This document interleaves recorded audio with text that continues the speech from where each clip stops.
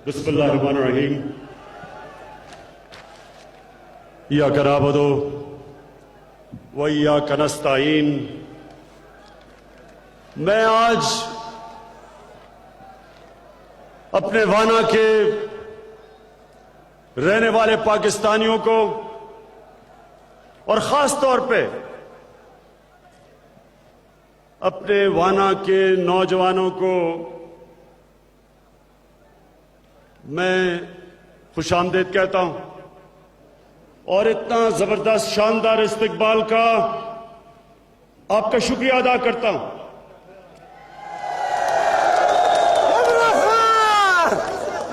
आखिरी दफा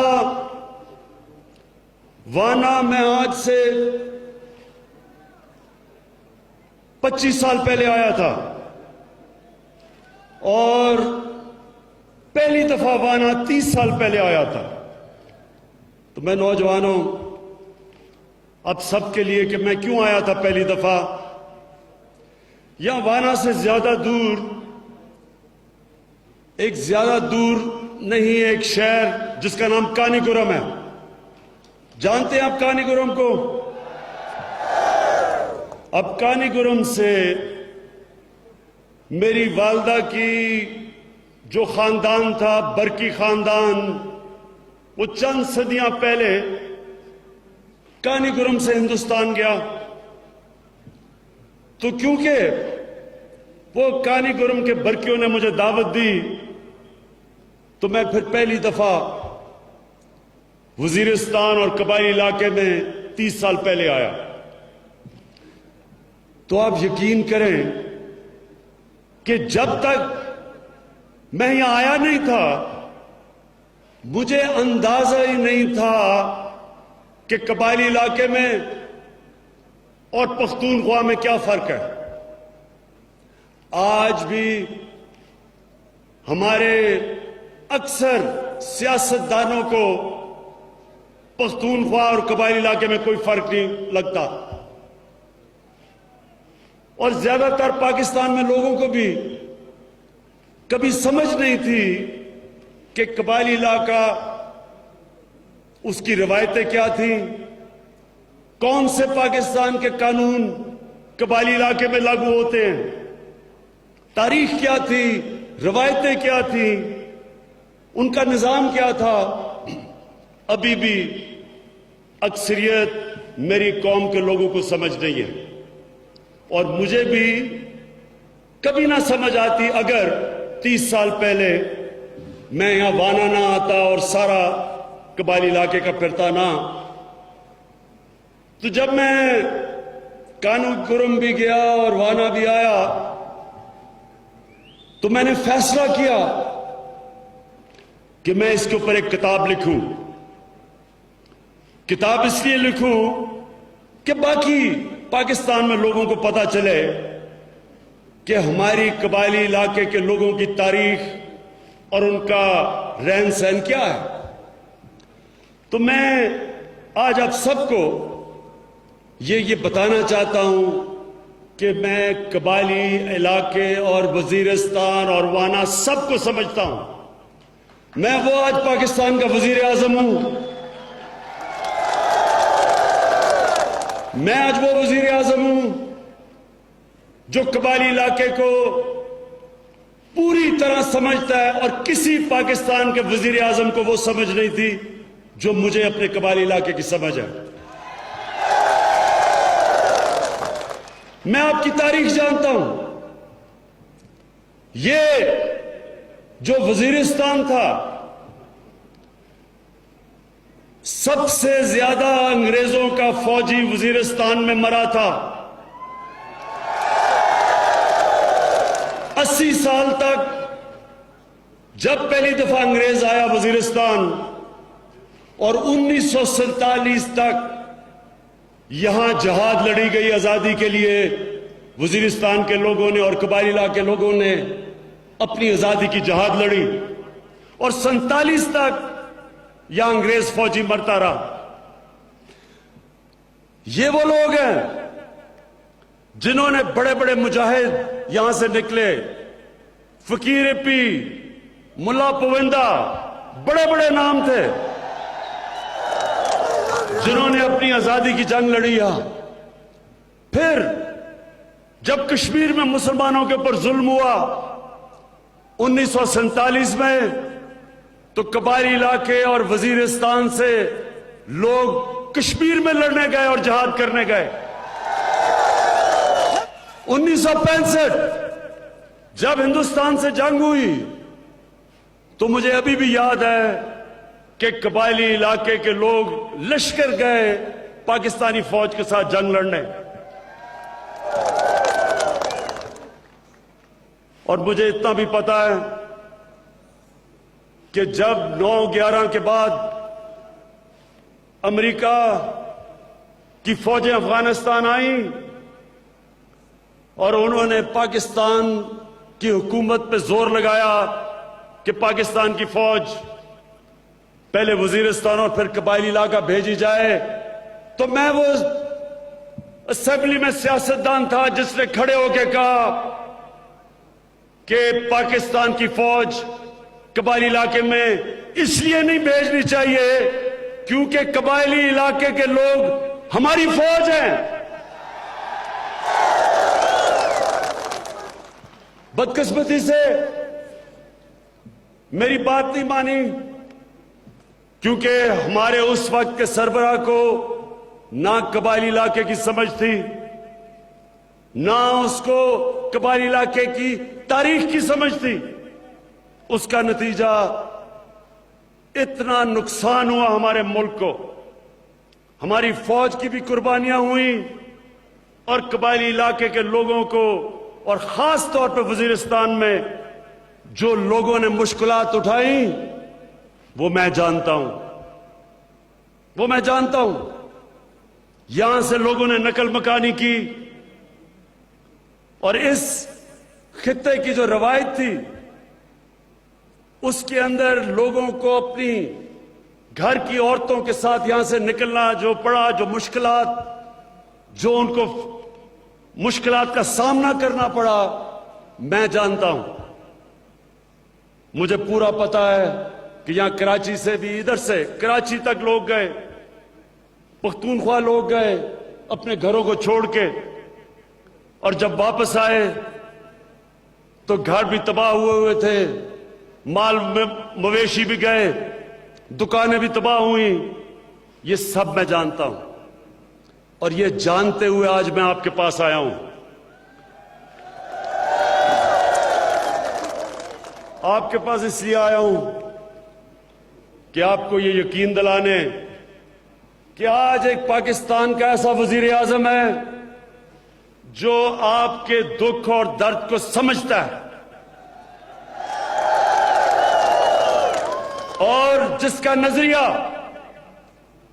उसका नजरिया यह है कि पाकिस्तान को मदीना के रियासत के असूलों के ऊपर खड़ा करना है। जो नया पाकिस्तान, जो हमारा नया पाकिस्तान है, दरअसल वो इलामा इकबाल की ख्वाब, और इलामा इकबाल की ख्वाब ये थी कि मदीना के रियासत के असूलों के ऊपर पाकिस्तान बने, और इंशाअल्लाह उन्हीं उसूलों के ऊपर हमने अपने मुल्क को खड़ा करके एक अजीम कौम बनाना है। हमारे लीडर, हमारे पैगंबर नबी सल्लल्लाहु अलैहि वसल्लम, उन्होंने मदीना की रियासत में जो असूल बनाए थे, सबसे अहम असूल अदल और इंसाफ था। कौम इकट्ठी होती है जिस माशरे में अदल और इंसाफ हो। वजीरिस्तान के लोग और कबायली इलाके के लोग तब पाकिस्तान के साथ खड़े होंगे अगर पाकिस्तान की रियासत इन लोगों को इंसाफ देगी। इनसे जो जुल्म हुए हैं, इनको जो नुकसानात हुए हैं, जब पाकिस्तान की रियासत आपके लिए कॉम्पेंसेशन देगी, आपकी दुकानों के लिए पैसे देगी, आपके घरों के लिए जो सर्वे हो रही है। मुझे पता है थोड़ा सा खदशात है आपको, लेकिन मैं आपको यकीन दिलाता हूं कि मेरे होते हुए इंशाअल्लाह मैं आपको पूरा इंसाफ दिलवाऊंगा। मुझे ये अंदाजा है कि इस वक्त लोग दुखी हैं क्योंकि उनको जो वादे किए गए वो पूरे नहीं हुए। थोड़ा सा आपको सब्र करना पड़ेगा, इसलिए कि मुझे सिर्फ 8 महीने हुए और हमारी इस मुल्क की बदकिस्मती कि जब मुझे हुकूमत मिली, जो पिछले 10 साल में लूटमार हुई इस मुल्क की, जो इस मुल्क को कर्जों की दलदल में डुबोया गया, वो 2 जमातों ने, जिनके सरबराहों ने पैसा लूट के मुल्क के बाहर लेके गए,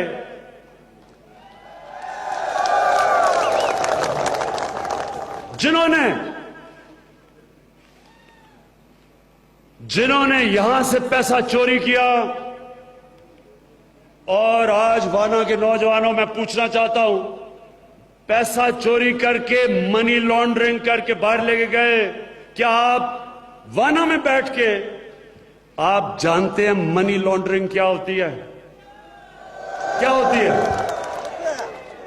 क्या होती है मनी लॉन्ड्रिंग? मैं आपको समझाता हूं जिसको समझ नहीं है। मनी लॉन्ड्रिंग इस तरह होती है कि अगर मैं वजीर हूं, मैं वजीर आजम, मैंने पैसा चोरी करना है, मैंने कॉन्ट्रैक्ट पे पैसा बनाना है, मैंने रिश्वतें लेनी है। अब जब मैं वो पैसा लेता हूं तो वो मैं पैसे को किधर रखूंगा? क्योंकि जब पैसा चोरी होता है तो अगर मैं अपने बैंक में रखूं तो वो पूछेंगे कि जी इमरान खान, ये पैसा किधर से आया?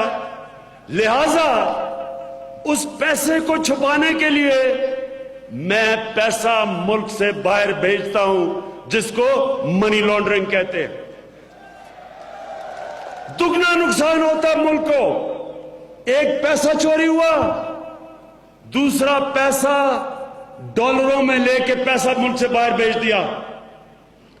डॉलरों की कमी हुई, जब डॉलर की कमी होती है तो रुपए की कीमत गिर जाती है। जब रुपए की कीमत गिरती है तो सारी चीजें जो बाहर से खरीदता है पाकिस्तान, वो महंगी हो जाती हैं। जब वो चीजें महंगी होती हैं, मुल्क में महंगाई हो जाती है। जब महंगाई होती है, बेचारा गरीब आदमी पिसता है। तो इन 2 जमातों ने, और नौजवानों फिर से टेस्ट करूंगा आपको, मैं देखना चाहता हूं कि वाना के नौजवानों में कितना शऊर है। 10 साल पहले पाकिस्तान का कर्जा कितना था? माशाअल्लाह, माशाअल्लाह, मुबारक हो आपको। 10 साल पहले 60 साल के अंदर इस मुल्क ने 6000 अरब रुपया कर्जा इकट्ठा किया था 60 सालों में। और 2008 से 2018 वो कर्जा 6000 से कितना पहुंचा? कितना? 30,000 अरब। यानी कि 60 सालों में 6000 और सिर्फ 10 सालों में इन 2 जमातों ने 24,000 अरब रुपए का कर्जा चढ़ाया इस कौम के ऊपर। किधर गया पैसा? ये किधर गया? ये पैसा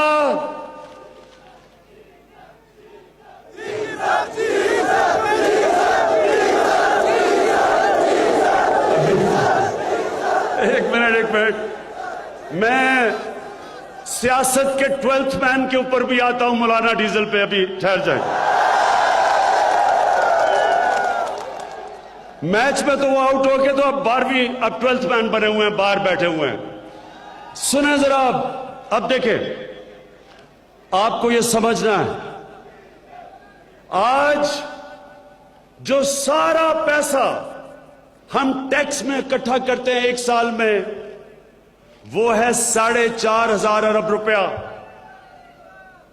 ये सुनना नौजवानों, मैं वाना बार बार मुझे वक्त ही मिलेगा आने का। मैं चाहता हूं कि आप में शऊर आए ताकि आप वो पाकिस्तानी बने। इंशाअल्लाह जब हम इस मुल्क को एक अजीम कौम बनाएंगे, आप वो नौजवान होंगे जो इस कौम को उठाने में सबसे ज्यादा आप काम करेंगे। तो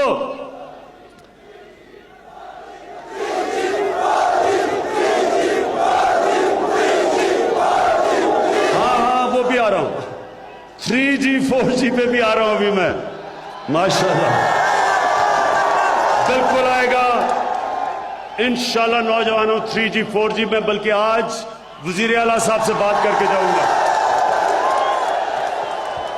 अच्छा, अब ये सारे आहिस्ता बारी बारी। अच्छा, अब ये सब मैं नौजवानों आप सबको ये इसलिए बताना चाहता हूं कि सालाना टैक्स, सारा साल के अंदर टैक्स ये मुल्क 4,500 अरब रुपया इकट्ठा करता है, और उसमें से 2,000 अरब तकरीबन आधा कर्जों के ऊपर किस्तें देने पे और सूद देने पे चला जाता है, जो इन्होंने कर्जे लिए थे। तो जो पैसा हमें आप पे खर्च कर सकते हैं, आपकी तालीम पे, स्कूलों पे, अस्पतालों पे, डिग्री कॉलेज पे, डैम बनाने में, अस्पतालों में, वो पैसा कर्जों की किस्तें अदा करने में जाता है। इसलिए ये जो सारे जमा हुए हैं जमहूरियत बचाने के नाम पे, सब जमा हुए हैं जिन्होंने पिछले 10 साल मुल्क को लूटा कि जी हम हुकूमत गिरा देंगे, हुकूमत अच्छा काम नहीं कर रही। इन सब का एक मकसद है कि किसी तरह इमरान खान को जोर लगा के NRO ले लो ताकि इमरान खान इनकी करप्शन और चोरी को माफ कर दे।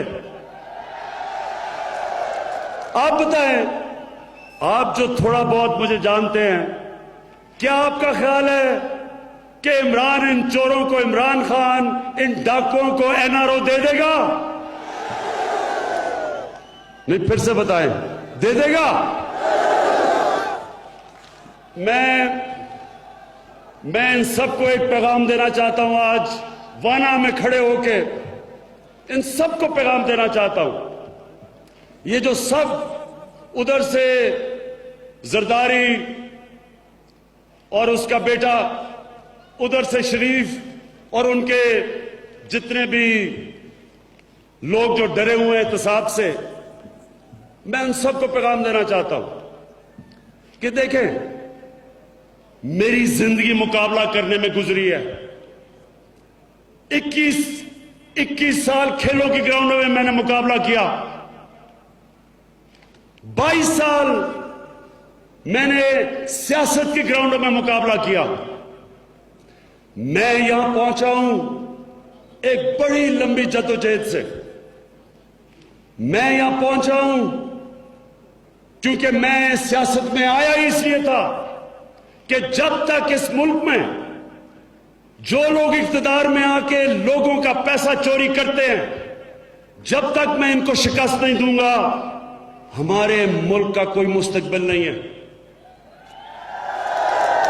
मैं ना कोई फैक्ट्रियां बनाने आया था, ना कोई बाहर महलात खरीदने आया था। मैं तो आया था इनका एहतसाब करने, और जब तक मैं जिंदा हूं, मैंने इनको, जिन लोगों ने इस मुल्क को लूटा है, ना कभी कोई NRO होगी, ना मैं इनको माफ करूंगा। जब तक मैं इनका पैसा वापस नहीं लेके आऊंगा, मैं कभी जद्दोजहद नहीं रोकूंगा अपनी। मैं एक जद्दोजहद से आया था। मैं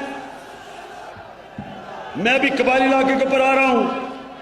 अभी मेरे पास आपके लिए पूरी चीजें देने के लिए, लेकिन मैं सारे पाकिस्तान को पैगाम देना चाहता हूं कि जो एक लंबी जद्दोजहद करके ऊपर आता है उसको अल्लाह ताकत दे देता है, उसको कोई खौफ नहीं होता, उसके अंदर स्टेमिना होता है। मैं बिलावल भुट्टो साहिबा की तरह मैं कोई कागज की पर्ची पे नहीं आया था कि जी मुझे वालदा ने जायदाद में पार्टी दे दी है। मैं मेहनत करके आया था। नाम मुझे कोई सी जनरल जलानी ने मुझे उठा के तो वजीर आला बना दिया था। इसलिए मैं सारे पाकिस्तान को आज कहना चाहता हूं, मुतमईन हो जाओ। मैं इन सब का इंशाअल्लाह इकट्ठों का मुकाबला करूंगा। और जो 12th मैन है पॉलिटिक्स के, जिनकी विकेट उड़ गई थी, मौलाना फजल रहमान। मैं वैसे मौलाना फजल रहमान का तो बड़ा सस्ती कीमत है, एक कश्मीर कमेटी का चेयरमैन और एक डीजल का परमिट दे दो, मौलाना साथ आ जाएंगे। बाकी सबका एक एनआरओ है। अच्छा वाना, आपको अब मैं आपके लिए बताता हूं, ये वजीर आजम समझना, वो वजीर आजम आया है जिसने अपने कबायली इलाके को उठा के, जो कबायली इलाका सबसे पीछे रह गया। आज पाकिस्तान में सबसे ज्यादा गुर्बत हमारे कबायली इलाके में है।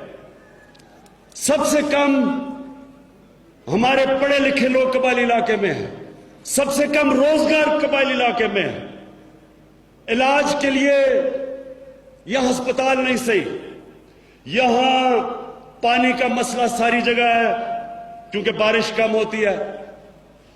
इसलिए मैं आज आपको बताने लगा हूं कि इंशाअल्लाह मैं आपके लिए क्या करूंगा। मैं इसलिए नहीं करूंगा कि मुझे कोई आपसे वोट लेनी है, मैं इसलिए करूंगा कि ये मेरा नजरिया है। जो मदीना की रियासत के असूल में सबसे बड़ा असूल अदल और इंसाफ, इंसाफ का तकाजा है कि जो मेरे मुल्क के इलाके पीछे रह गए हैं, सबसे पहले मैं पूरा जोर लगाऊं उन इलाकों को ऊपर उठाने के लिए। इसलिए इंशाल्लाह आपको मैं ऊपर उठाऊंगा। आपके लिए एक फंड हमने बनाया है, एक स्पेशल फंड, इसलिए कि कबायली इलाके के अंदर जो जंग की वजह से, दहशतगर्दी के खिलाफ जंग की वजह से जो नुकसानात हुए, हमने सारी सियासी जमातों ने फैसला किया है कि एनएफसी में सारे सूबे अपना हिस्सा देंगे, अपने हिस्से में से 3% देंगे कबायली इलाके के लिए। और वो बनता है हर साल 100 अरब रुपया कबायली इलाके के ऊपर खर्च होगा। इसका मतलब 10 सालों में 1000 अरब रुपया खर्च होगा। मतलब यह है कि 70 सालों में जितना पैसा कबायली इलाके में खर्च हुआ है, वो 1 साल में उतना पैसा कबायली इलाके में आपसे खर्च होगा। इंशाअल्लाह जो डेवलपमेंट अब यहां होगी, सबसे ज्यादा हमने तालीम पे जोर देना है। ये मैं अभी भी फैसला किया है कि आपके लिए हमने वाना में बच्चियों के लिए और लड़कों के लिए 2 डिग्री कॉलेजेस,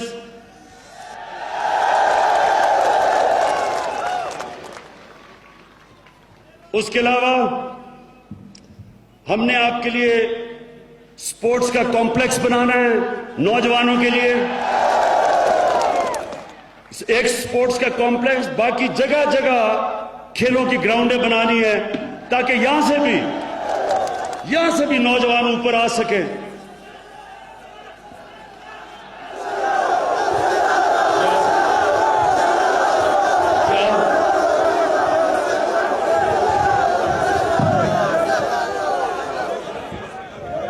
अच्छा आ रहा हूं उस पे भी। अच्छा जी, उसके अलावा सारे वजीरिस्तान में इंसाफ सेहत कार्ड यानी कि इंश्योरेंस सारे खानदानों को मिलेगी। इसका मतलब एक एक खानदान को जो कार्ड मिलेगा 7,20,000 रुपया एक साल में किसी भी पाकिस्तान के अस्पताल में आप खर्च कर सकते हैं और आपको मुफ्त इलाज मिलेगा उसमें। अच्छा, उसके अलावा मुझे पता है कि आपके यहां जो अस्पताल है उनमें डॉक्टर्स नहीं। इंशाल्लाह मैंने महमूद खान से बात की है कि हम जाते साथ ही जोर लगाएंगे कि आपके हेल्थ मिनिस्टर आए, आपके अस्पतालों में डॉक्टर्स हम पूरे करें, और उसके अलावा जिस भी किस्म की दवाइयां नहीं मिलती वो हम आपके लिए पूरी करें। उसके अलावा 100 किलोमीटर की या इस इलाके के अंदर 100 किलोमीटर की नई सड़कें बनाएंगे ताकि वो कनेक्ट करे सारे इलाकों को। पानी के लिए हमने जगह जगह चेक डैम्स बनाएंगे ताकि जब बारिश आए तो पानी बचे। ऊपर देखिए, जब तक छोटी छोटी डैम्स नहीं बनेंगी आपका जो जमीन के अंदर पानी है वो नीचे जाता जाएगा। इसलिए डैम्स बनेंगी, उससे आपका जमीन में भी पानी ऊपर आएगा और आपको एक ही तरीका है पानी का मसला हल करने के लिए। क्योंकि मैं अभी ईरान में था और ईरान के अंदर वहां भी इसी तरह का मौसम है, वहां भी कम बारिश है। उन्होंने हर जगह छोटे छोटे डैम्स बनाए हुए हैं ताकि इलाके के लिए लोगों के लिए पानी हो। फिर ग्रिड स्टेशन की अपग्रेडेशन, उसको बेहतर करेंगे ताकि आपके लिए ग्रिड स्टेशन सुन ले। अभी मुझे पता है जिला का आपका इशू है, जरा पहले उससे पहले मैं आज 2 बातें कर लूं ताकि आपके लिए बिजली मुयस्सर हो। उसके अलावा सोलर बिजली लेके आएंगे जिधर गांव दूर दूर हैं, जिधर ट्यूबवेल में लोड शेडिंग की वजह से पानी नहीं आता, तो इसलिए सोलर एनर्जी ये अब सस्ती होती जा रही है, सूरज से बिजली बनाना। और इंशाल्लाह ये सोलर हम जगह जगह आपके सोलर के जरिए यानी सूरज के जरिए बिजली बनाने के बिजली घर देंगे आपको। फिर नौजवानों, आपके लिए स्पेशल रोजगार देने के लिए हमने एक स्पेशल स्कीम निकाली है, इंसाफ रोजगार। मतलब यह कि आपको सस्ते कर्जे या सूद के बगैर कर्जे दिए जाएंगे नौजवानों को ताकि वो अपने रोजगार बन सके, अपनी दुकानें लगा सके, अपना कारोबार चला सके। और ये मैं अभी वो बातें कर रहा हूं जो अभी हमारे पास पैसा नहीं है। जैसे इंशाल्लाह पाकिस्तान में मैं पैसा इकट्ठा करता जाऊंगा, पैसा जैसे जैसे आता जाएगा, क्योंकि आपके इलाके पीछे रह गए हैं, आपके ऊपर ज्यादा पैसा खर्च करेंगे आपको ऊपर उठाने के लिए। अच्छा, दो चीजें सुन लें। पख्तूनख्वा के साथ जम हो रहा है कबायली इलाका। आपको 2 मसले आएंगे, मैं आज आपको कह रहा हूं क्योंकि मैं आपका निजाम समझता हूं। आपका सबसे पहला मसला यह होगा कि इंसाफ जो यहां कबायली इलाके में मुफ्त इंसाफ मिलता है, आपका जरगा का निजाम है। आप जरगा बैठता है, फैसला करता है, लोगों को सस्ता और फौरी इंसाफ मिल जाता है। इस वजह से 9/11 से पहले कबायली इलाका पुरअमन इलाका था। बाकी पाकिस्तान के मुकाबले में कबायली इलाके में जुर्म होते ही नहीं थे, पुरअमन इलाका था। शायद ही कहीं जुर्म होता था क्योंकि फौरी और सस्ता इंसाफ होता था। दूसरा, आपका एक बेहतरीन पुराना बुल्दियाती निजाम है, यानी आपका गांव अपने फैसले करता है। गांव का जरगा बैठता है जिसको अंग्रेजी में काउंसिल कहते हैं, वो बैठता है, गांव के फैसले करता है, गांव अपने फैसले करती है। गांव को कोई नहीं जाना पड़ता कहीं और से इजाजत लेने के लिए और काम करवाने के लिए। ये जो दो चीजें हैं, नंबर 1 के बेहतरीन बल्दियाती निजाम के लोग अपनी जिंदगी के फैसले खुद करते हैं, और दूसरा कि जो आपका इंसाफ का निजाम है, जो जिरगे का निजाम है, जिसे अंग्रेजी में जूरी सिस्टम कहते हैं, वो हमेशा सदियों से कबायली इलाके के लोगों को फौरी और मुफ्त इंसाफ देता रहा। अब जब आप पाकिस्तान का हिस्सा बनेंगे तो मुश्किल आएगी। मैं अभी बताता हूं, वकील करना पड़ेगा, पैसे खर्च करने पड़ेंगे, इंसाफ के लिए देर लगेगी। जबकि यहां लोगों को फौरी इंसाफ मिलता था और सस्ता। बाकी पाकिस्तान में एक आम आदमी थाने और कचहरी के चक्कर लगाता था। तो इसको, अब ये जो आपका निजाम है, ये हम जो नया पाकिस्तान के अंदर सूबा केपी में और पंजाब में जो नया बल्दियाती निजाम लेके आ रहे हैं, वो हमने आपके कबायली इलाके से सीख के वो इस्लाहत कर रहे हैं पाकिस्तान बाकी जगह के ऊपर। और हम क्या कर रहे हैं, हम अब गांव तक इलेक्शन कर रहे हैं, ताकि गांव के लोग इलेक्ट हों और खुद फैसले करें अपने गांव के, बजाय इसके कि जो पुराना निजाम था उनको यूनियन काउंसिल या डिस्ट्रिक्ट में जाना पड़ता था, वो गांव के अंदर ही अपने फैसले कर सकते थे। तो ये नया निजाम लेके आ रहे हैं। पहली दफा पख्तूनख्वा में हुआ था पिछली बारी 2013 में, अब ये पहली दफा एक नया निजाम आ रहा है कि गांव के भी इलेक्शन होंगे, पंजाब के अंदर भी और पख्तूनख्वा में। दूसरी चीज, हम अब पुलिस के थानों के अंदर वहां वही जो जिरगे का निजाम आपका है, वो जिरगे का निजाम थाने में लेके आ रहे हैं, ताकि गरीब आदमी थाने में जाए, वहां एक जिरगा बैठा हो, दोनों साइड सुने और फौरी और मुफ्त इंसाफ एक आम आदमी को दे दे। ये पख्तूनख्वा में बड़ा कामयाब रहा है। अब ये हम इंशाल्लाह बाकी इलाकों के अंदर लेके आ रहे हैं। तो हमारी कबायली इलाके के लोगों को लिए ये होगा कि हम भी चाहेंगे कि आपके फैसले आपकी रवायत के मुताबिक जल्दी फैसले हों, आपके अपने पुराने जिरगे के निजाम से।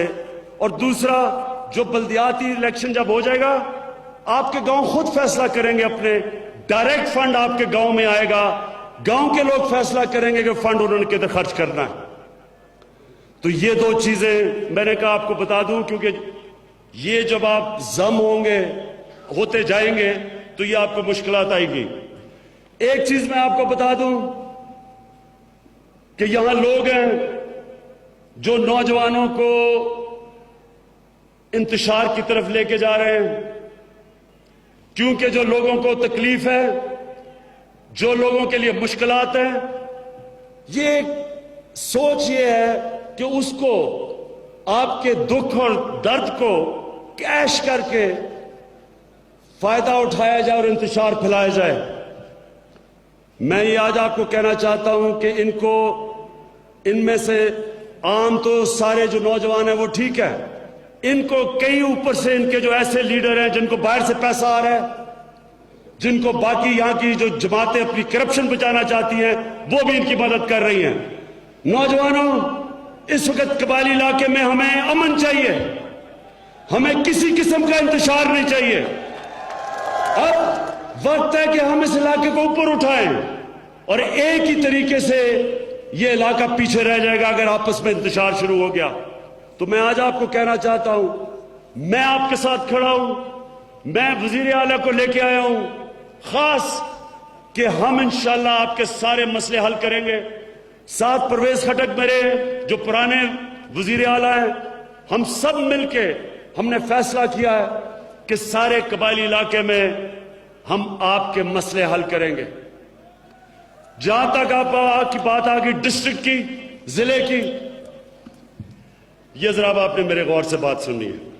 मैं बड़े आराम से कह सकता हूं कि मैं जिला अनाउंस कर रहा हूं, लेकिन मुझे डर यह है कि आपस में इंतशार ना हो जाए, आपके अंदर इंतशार ना हो जाए, क्योंकि मुझे पता है कि जब आपका इंतशार होता है और आपकी लड़ाइयां होती हैं, 100-100 साल तक आपके बदले जाते हैं, आप एक दूसरे को माफ नहीं करते। मेरा आपसे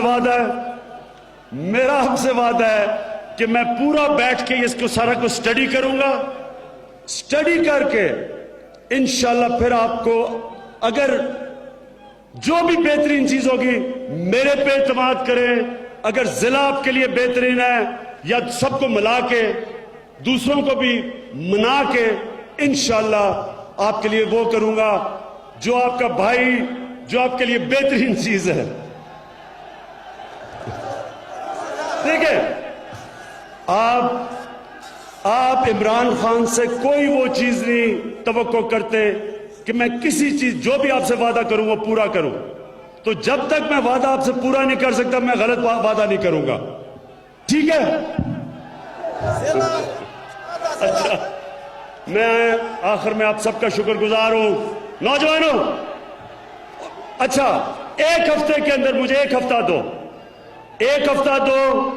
मैं सबसे मुशावरत करके और इंशाल्लाह हफ्ते के बाद आपका जिला अनाउंस कर दूंगा, सबसे मुशावरत करके।